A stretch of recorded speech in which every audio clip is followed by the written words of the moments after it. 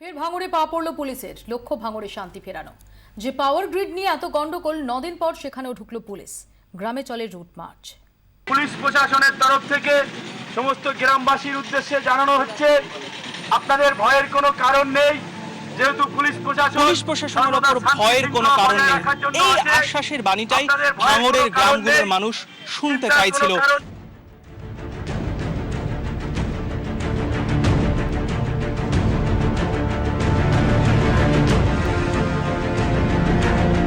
চিন্তাটা কুয়েছে, আর পালাতে হবে না। ফিরছে হাসি, উধাও আতঙ্ক। এই পাওয়ার গ্রিড ঘিরেই যত গন্ডগোল। প্রশাসনের সিদ্ধান্তে অশান্তি বাড়ার পরই পুলিশ শূন্য করে দেওয়া হয় ভাঙড়। এতদিন পর ফের বুধবার পুলিশ ঢুকলো গ্রামে। সাবস্টেশনে কয়েকশো কোটির সম্পত্তি কদিন পড়েছিল অরক্ষিত। এদিন সেখানেও ফের পা রাখে পুলিশ। হাজির ছিলেন জেলার পুলিশ সুপার, ছিলেন এডিএম। পুলিশ প্রশাসনের শীর্ষ কর্তারাই বেঁধে দিলেন শান্তির পথ। যে হারোয়া রোড গত 8 দিন ধরে অবরুদ্ধ হয়েছিল, সেই অবরোধ ওঠার পর অবশেষে পুলিশি রুটমার্চ চলছে, সেই সঙ্গে মাইকিং হচ্ছে। মাইকিংয়ে যে ঘোষণা করা হচ্ছে যে গ্রামবাসীদের উদ্দেশ্যে তারা যেন প্রশাসনের থেকে আস্থা না হারান, প্রশাসনের ওপর থেকে যাতে কোনোভাবেই তারা আস্থা না হারান। আপনারা কোনো রকম বেআইনি কোনো কিছুর মধ্যে আপনারা যুক্ত হবেন না।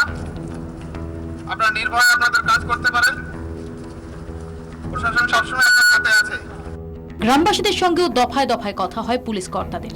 আমরা চেষ্টা করছি পিপলস কনফিডেন্স এনজয় করার জন্য, এবং মনে হচ্ছে আমরা সেদিকে এগোচ্ছি দ্রুতভাবে।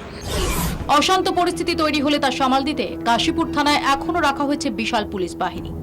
পুলিশ প্রশাসনের লক্ষ্য এখন একটাই, ভাঙড়ের মানুষকে আতঙ্ক থেকে মুক্তি দেওয়া।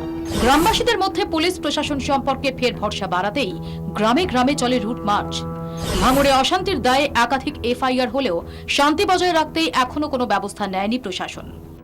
এই যে আজকে যে পুলিশ ঢুকলো তাতে আপনাদের ভরসা আছে? হ্যাঁ, ভরসা আছে। কি কারণে?